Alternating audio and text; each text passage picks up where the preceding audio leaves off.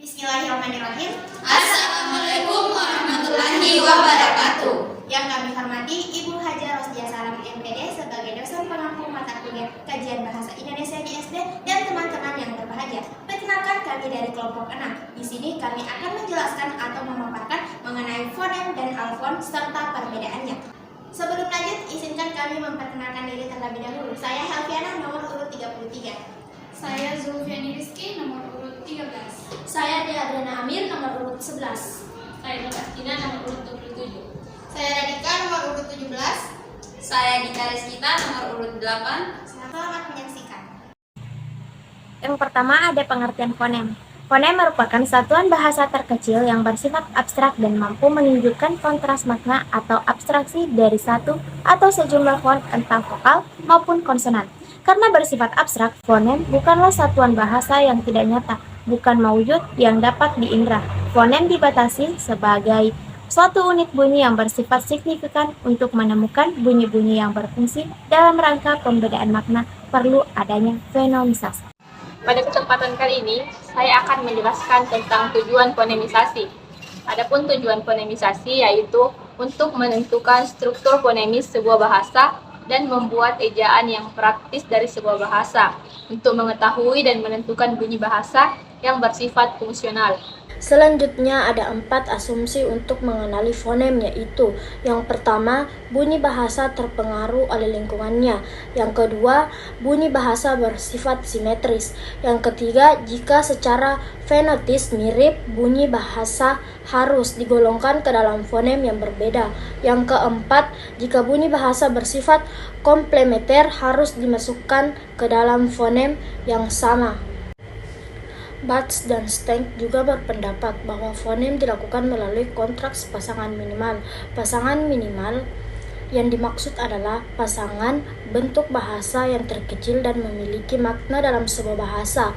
Bentuk bahasa tersebut biasanya berbentuk kata tunggal yang secara ideal memiliki kesamaan, kecuali satu bunyi berbeda. Adapun pengertian alfon yaitu merupakan keseluruhan realisasi pengucapan fonem atau pembedaan realisasi pelafasan fonem karena posisi yang berbeda dalam kata. Bunyi vokal depan tinggi ada 2, yaitu vokal depan tinggi atas atau dilambangkan dengan I kecil, dan vokal depan tinggi bawah dilambangkan dengan I besar. Begitu juga vokal belakang tinggi ada 2, yaitu vokal belakang tinggi atas atau dilambangkan dengan U kecil, dan vokal belakang tinggi bawah dilambangkan dengan U besar. Demikian juga vokal belakang sedang ada 2, yaitu vokal belakang sedang atas dilambangkan dengan U kecil, dan vokal belakang sedang bawah bisa dilihat seperti di PPT berikut. Vokal-vokal yang menjadi anggota dari sebuah fonem seperti U kecil dan U besar untuk fonem, atau U kecil disebut dengan istilah alofon.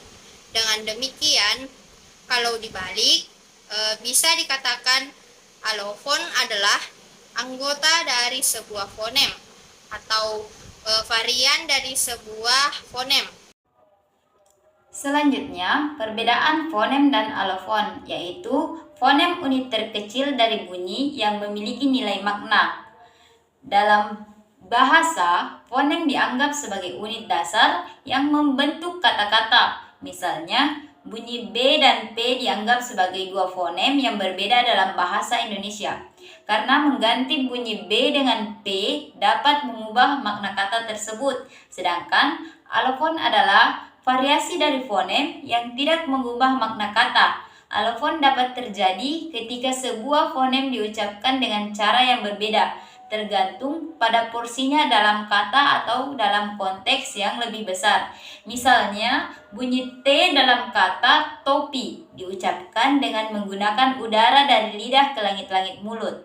Sedangkan bunyi T dalam kata katup diucapkan dengan menggunakan udara dari lidah ke gigi depan.